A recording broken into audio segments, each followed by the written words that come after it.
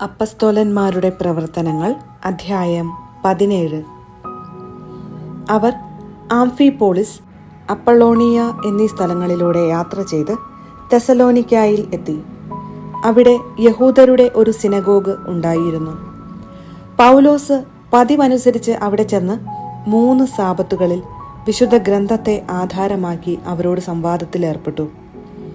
ക്രിസ്തു പീഡനം സഹിക്കുകയും മരിച്ചവരിൽ നിന്ന് ഉയിർത്തെഴുന്നേൽക്കുകയും ചെയ്യുക ആവശ്യമായിരുന്നുവെന്ന് അവൻ വിശദീകരിക്കുകയും തെളിയിക്കുകയും ചെയ്തു. അവൻ പറഞ്ഞു, ഞാൻ നിങ്ങളുടെ മുൻപിൽ പ്രഘോഷിക്കുന്ന ഈ യേശു തന്നെയാണ് ക്രിസ്തു. അവരിൽ ചിലർ ബോധ്യം വന്ന് പൗലോസിന്റെയും സീലാസിന്റെയും കൂടെ ചേർന്നു. ദൈവഭക്തരായ അനേകം ഗ്രീക്കുകാരും നിരവധി കുലീന വനിതകളും അപ്രകാരം ചെയ്തു. എന്നാൽ യഹൂദർ അസൂയപ്പെട്ട് ചില നീചന്മാരെ ഒരുമിച്ച് കൂട്ടി നഗരത്തെ ഇളക്കി. അവർ ജാസന്റെ ഭവനത്തിൽ തള്ളിക്കയറുകയും അപ്പസ്തോലന്മാരെ ആൾക്കൂട്ടത്തിനിടയിലേക്ക് ഇറക്കിക്കൊണ്ടുവരുന്നതിന് പരിശ്രമിക്കുകയും ചെയ്തു. അവരെ കണ്ടെത്താൻ കഴിയാതെ വന്നപ്പോൾ ജാസനെയും ചില സഹോദരന്മാരെയും നഗരാധിപന്മാരുടെ അടുക്കൽ വലിച്ചിഴച്ചു കൊണ്ടുവന്ന് അവർ വിളിച്ചു പറഞ്ഞു, ലോകത്തെ തലകീഴ് മറിച്ച ഈ മനുഷ്യർ ഇതാ ഇവിടെയും വന്നിരിക്കുന്നു. ജാസൻ ഇവർക്ക് ആതിഥ്യം നൽകി. യേശുവെന്ന മറ്റൊരു രാജാവിന്റെ പേര് പറഞ്ഞുകൊണ്ട് ഇവരെല്ലാവരും സീസറിന്റെ കൽപ്പനകൾക്കെതിരായി പ്രവർത്തിക്കുന്നു. ഇതു കേട്ട് നഗരാധിപന്മാരും ജനക്കൂട്ടവും അസ്വസ്ഥരായി. അവർ ജാസനെയും മറ്റുള്ളവരെയും ജാമ്യത്തിൽ വിട്ടയച്ചു. ബെറോയായിൽ രാത്രിയായപ്പോൾ സഹോദരന്മാർ പെട്ടെന്ന് പൗലോസിനെയും സീലാസിനെയും ബെറോയായിലേക്ക് അയച്ചു. അവർ അവിടെ എത്തി യഹൂദരുടെ സിനഗോഗിലേക്ക് പോയി. ഈ സ്ഥലത്തെ യഹൂദർ തെസലോനിക്കായിലുള്ളവരെക്കാൾ മാന്യന്മാരായിരുന്നു. ഇവർ അതീവ താൽപര്യത്തോടെ വചനം സ്വീകരിച്ചു. അവർ പറഞ്ഞത് സത്യമാണോ എന്ന് അറിയുവാൻ വിശുദ്ധ ഗ്രന്ഥങ്ങൾ അനുദിനം പരിശോധിക്കുകയും ചെയ്തിരുന്നു. അവരിൽ പലരും വിശ്വാസം സ്വീകരിച്ചു. കൂടാതെ ഗ്രീക്കുകാരിൽ ബഹുമാന്യരായ പല സ്ത്രീകളും പുരുഷന്മാരും. പൗലോസ് ബെറോയായിലും ദൈവവചനം പ്രസംഗിച്ചുവെന്ന് തെസലോനിക്കാക്കാരായ യഹൂദർ അറിഞ്ഞപ്പോൾ അവർ അവിടെയും എത്തി ജനങ്ങളെ പ്രകോപിപ്പിക്കുകയും ഇളക്കി വിടുകയും ചെയ്തു. ഉടൻ തന്നെ സഹോദരർ പൗലോസിന് കടൽ തീരം വരെ ചെന്നെത്തുന്നതിനുള്ള സജ്ജീകരണങ്ങൾ ചെയ്ത് അവനെ യാത്രയാക്കി. എന്നാൽ സീലാസും തിമോത്തേയോസും അവിടെ തന്നെ താമസിച്ചു. പൗലോസിന്റെ കൂടെ പോയിരുന്നവർ അവനെ ആഥൻസിൽ കൊണ്ടുചെന്നാക്കി.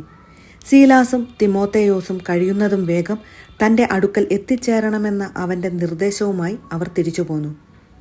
ആഥൻസിൽ പൗലോസ് അവരെയും പ്രതീക്ഷിച്ച് ആഥൻസിൽ താമസിക്കവേ നഗരം മുഴുവൻ വിഗ്രഹങ്ങൾ കൊണ്ട് നിറഞ്ഞിരിക്കുന്നത് കണ്ട് അവന്റെ മനസ്സിൽ വലിയ ക്ഷോഭമുണ്ടായി. അതിനാൽ സിനഗോഗിൽ വെച്ച് യഹൂദന്മാരുമായും മറ്റു ഭക്തജനങ്ങളുമായും പൊതുസ്ഥലത്തു വെച്ച് എല്ലാ ദിവസവും അവിടെ കൂടിയിരുന്നവരുമായും അവൻ വാദപ്രതിവാദം നടത്തി. ചില എപ്പിക്കൂരിയൻ ചിന്തകരും സ്റ്റോയിക് ചിന്തകരും അവനോട് തർക്കിച്ചു. ചിലർ പറഞ്ഞു, ഈ വിഡ്ഢി എന്തു പറയാനാണ് ഭാവിക്കുന്നത്? ഇവൻ വിദേശ ദേവതകളുടെ പ്രചാരകനാണെന്ന് തോന്നുന്നു എന്ന് മറ്റുള്ളവർ പറഞ്ഞു. അവൻ യേശുവിനെക്കുറിച്ചും പുനരുദ്ധാനത്തെക്കുറിച്ചും പ്രസംഗിച്ചിരുന്നു. അവർ അവനെ പിടിച്ച് അരയോപാഗസിൽ കൊണ്ടുചെന്ന് നിർത്തിയിട്ട് ചോദിച്ചു, നീ അവതരിപ്പിക്കുന്ന ഈ പുതിയ പ്രബോധനം എന്താണെന്ന് ഞങ്ങൾക്ക് പറഞ്ഞു തരാമോ? വിചിത്രമായ കാര്യങ്ങളാണല്ലോ നീ സംസാരിക്കുന്നത്. ഇവയുടെ അർത്ഥം എന്തെന്ന് ഞങ്ങൾക്ക് അറിയണമെന്നുണ്ട്. എല്ലാ ആഥൻസുകാർക്കും അവിടെ താമസിച്ചിരുന്ന വിദേശികൾക്കും പുതിയ പുതിയ കാര്യങ്ങളെക്കുറിച്ച് പറയുന്നതിനും കേൾക്കുന്നതിനുമല്ലാതെ മറ്റൊന്നിനും സമയം ഉണ്ടായിരുന്നില്ല. അരയോപാഗസിലെ പ്രസംഗം. അരയോപാഗസിന്റെ മധ്യത്തിൽ നിന്നുകൊണ്ട് പൗലോസ് ഇപ്രകാരം പ്രസംഗിച്ചു: ആഥൻസ് നിവാസികളെ, എല്ലാവിധത്തിലും മതനിഷ്ഠയുള്ളവരാണ് നിങ്ങൾ എന്ന് ഞാൻ മനസ്സിലാക്കുന്നു. ഞാൻ ഇതിലെ കടന്നുപോയപ്പോൾ നിങ്ങളുടെ ആരാധനാ വസ്തുക്കളെ നിരീക്ഷിച്ചു. അജ്ഞാതദേവന് എന്ന് എഴുതിയിട്ടുള്ള ഒരു ബലിപീഠം ഞാൻ കണ്ടു. നിങ്ങൾ ആരാധിക്കുന്ന ആ അജ്ഞാതനെക്കുറിച്ച് തന്നെയാണ് ഞാൻ നിങ്ങളോട് പ്രസംഗിക്കുന്നത്. പ്രപഞ്ചത്തെയും അതിലുള്ള സകലത്തെയും സൃഷ്ടിച്ചവനും സ്വർഗത്തിൻ്റെയും ഭൂമിയുടെയും കർത്താവുമായ ദൈവം മനുഷ്യനിർമ്മിതമായ ആലയങ്ങളിലല്ല വസിക്കുന്നത്. അവിടുത്തേക്ക് എന്തെങ്കിലും ആവശ്യമുണ്ടായിട്ടല്ല, മനുഷ്യകരങ്ങളിൽ നിന്ന് അവിടുന്ന് ശുശ്രൂഷ സ്വീകരിക്കുന്നത്. കാരണം അവിടുന്ന് തന്നെയാണ് എല്ലാവർക്കും ജീവനും ശ്വാസവും മറ്റു സകലതും പ്രദാനം ചെയ്യുന്നത്. ഭൂമുഖം മുഴുവൻ വ്യാപിച്ചു വസിക്കാൻ വേണ്ടി അവിടുന്ന് ഒരുവനിൽ നിന്ന് എല്ലാ ജനപദങ്ങളെയും സൃഷ്ടിച്ചു. അവർക്ക് വിഭിന്ന കാലങ്ങളും വാസഭൂമികളും നിശ്ചയിച്ചു കൊടുത്തു. ഇത് അവർ ദൈവത്തെ അന്വേഷിക്കുന്നതിനും ഒരുപക്ഷേ അനുഭവത്തിലൂടെ അവിടുത്തെ കണ്ടെത്തുന്നതിനും വേണ്ടിയാണ്. എങ്കിലും അവിടുന്ന് നമ്മിലാരിലും നിന്ന് അകലെയല്ല. എന്തെന്നാൽ അവിടുന്നിൽ നാം ജീവിക്കുന്നു, ചരിക്കുന്നു, നിലനിൽക്കുന്നു. നാം അവിടുത്തെ സന്താനങ്ങളാണ് എന്ന് നിങ്ങളുടെ തന്നെ ചില കവികൾ പറഞ്ഞിട്ടുണ്ടല്ലോ. നാം ദൈവത്തിൻ്റെ സന്താനങ്ങളാകയാൽ മനുഷ്യൻ്റെ ഭാവനയും ശില്പവിദ്യയും ചേർന്ന് സ്വർണത്തിലും വെള്ളിയിലും കല്ലിലും കൊത്തിയെടുക്കുന്ന പ്രതിമ പോലെയാണ് ദൈവരൂപമെന്ന് വിചാരിക്കരുത്. അജ്ഞതയുടെ കാലഘട്ടങ്ങളെ ദൈവം കണക്കിലെടുത്തില്ല. എന്നാൽ ഇപ്പോൾ എല്ലായിടത്തുമുള്ള സകല ജനങ്ങളും പശ്ചാത്തപിക്കണമെന്ന് അവിടുന്ന് ആജ്ഞാപിക്കുന്നു. എന്തെന്നാൽ താൻ നിയോഗിച്ചിരിക്കുന്ന ഒരു മനുഷ്യൻ വഴി ലോകത്തെ മുഴുവൻ നീതിയോടെ വിധിക്കാൻ അവിടുന്ന് ഒരു ദിവസം നിശ്ചയിച്ചിരിക്കുന്നു.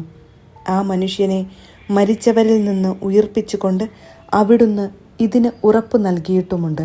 മരിച്ചവരുടെ പുനരുദ്ധാനത്തെപ്പറ്റി കേട്ടപ്പോൾ ചിലർ അവനെ പരിഹസിച്ചു. എന്നാൽ ചിലർ പറഞ്ഞു, ഇവയെക്കുറിച്ച് നിന്നിൽ നിന്ന് ഞങ്ങൾ പിന്നീടൊരിക്കൽ കേട്ടുകൊള്ളാം. അങ്ങനെ പൗലോസ് അവരുടെ ഇടയിൽ നിന്ന് പോയി. എന്നാൽ കുറേ ആളുകൾ അവനോട് ചേർന്ന് വിശ്വാസം സ്വീകരിച്ചു. അരയോപാഗസുകാരൻ ഡയനീഷ്യസും ദമാരിസ് എന്നു പേരുള്ള സ്ത്രീയും മറ്റു ചിലരും അക്കൂട്ടത്തിലുണ്ടായിരുന്നു.